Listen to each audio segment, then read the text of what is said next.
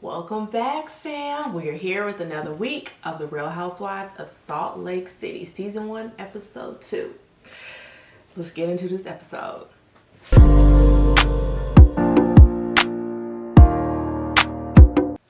Alright, so we open the episode and it's a continuation of Meredith's birthday party at Jen's house.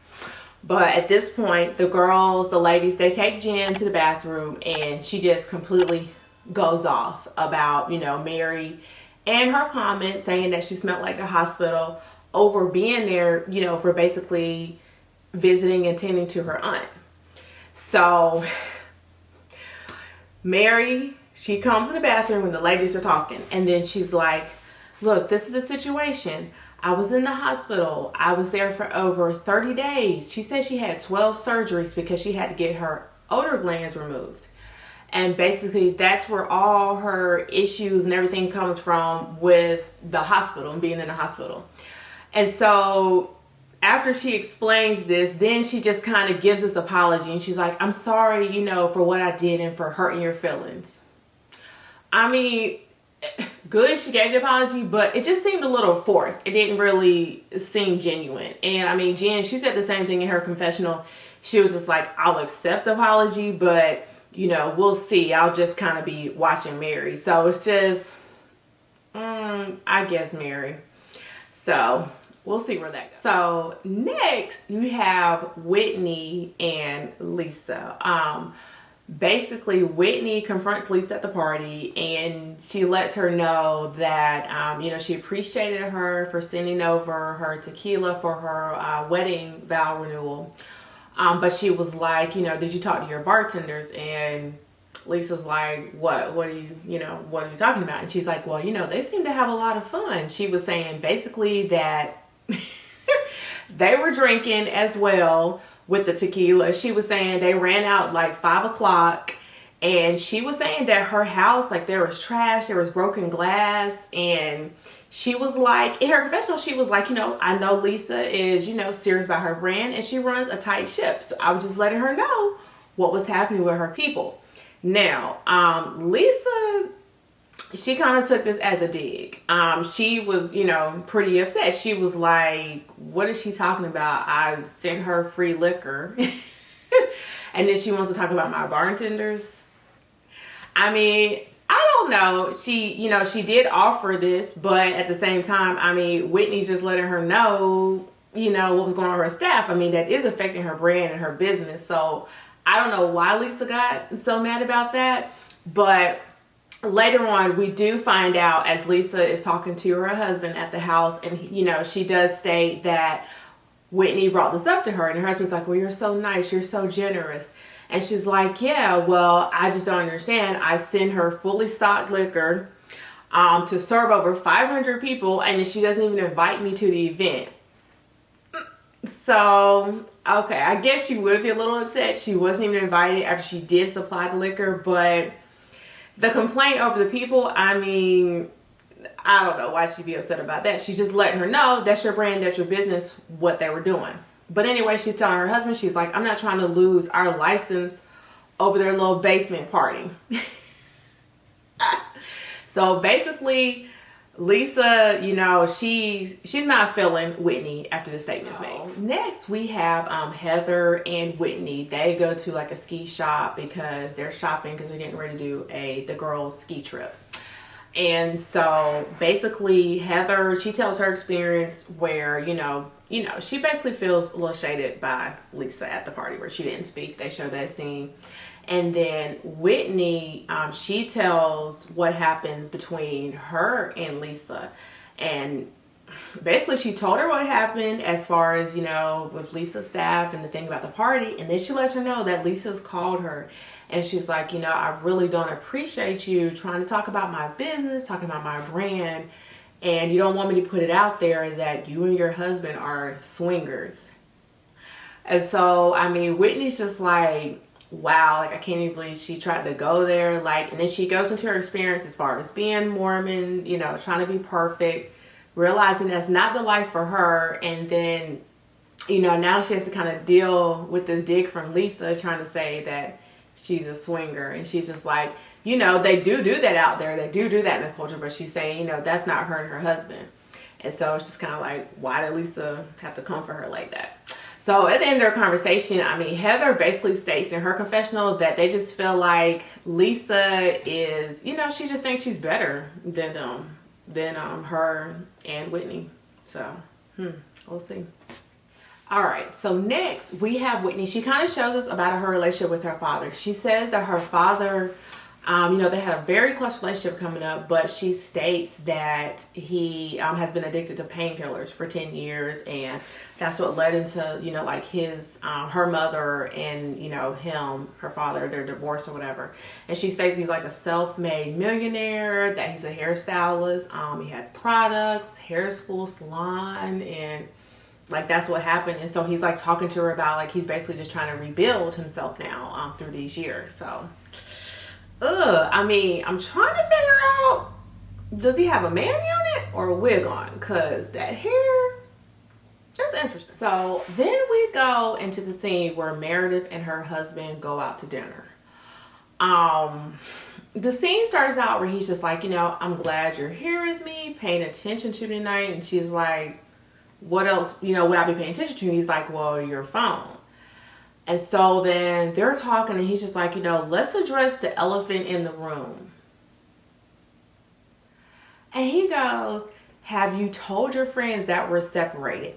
I told y'all last week that there's something going on with them. So apparently they are separated. She goes in to explain that throughout the years, you know, they've moved different places. They've basically just been so busy, her building her business, him building his business, and they've just lost communication. I told y'all their relationship was done. So they're letting us know, you know, they have a rocky relationship, and I don't know. It's just, I don't know. He seems to want the relationship. I'm not sure about Meredith. He was like, you know, hey, let me, here, I'm transparent. I'm going to open it. Here's my phone. Look through it. Look through my messages. And she's like, no, I'm not trying to do that. And he's like, yeah, you don't want me to look through your phone. I'm not sure. They do like their confessional together. And he's like, you know, yes, we're separated, but I'm not seeing anyone. I hope you're not seeing anyone. Meredith is, she didn't say, no, I'm not seeing anyone. She didn't even look at him. So I'm not sure, but he seems to want the relationship. I'm not sure about Meredith. She seems like she might have somebody on the side already. And I mean, basically he was just like, you know, it's a two-way street. We both have to put the work in, which you do in a relationship, in a marriage. You both do have to work at it. Things do change over the years. I mean, yes, that is very true. And she was like, what are you trying to say? I'm not putting my work in? He's like, well, you know, you could put some extra miles in on the treadmill. And it's like, wow. So, like I told y'all last week, that marriage, that relationship is definitely on the rocks. It's rocky. I'm not sure. All right, so the girls show up at the Snowbird Ski Resort. That's where they're having a little ski trip. All the girls are there.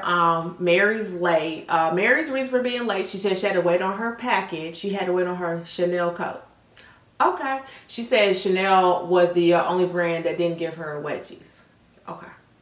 So, you know, all the girls are there. They're fabulous. Jen thinks she's the best out of all of them. They're hilarious.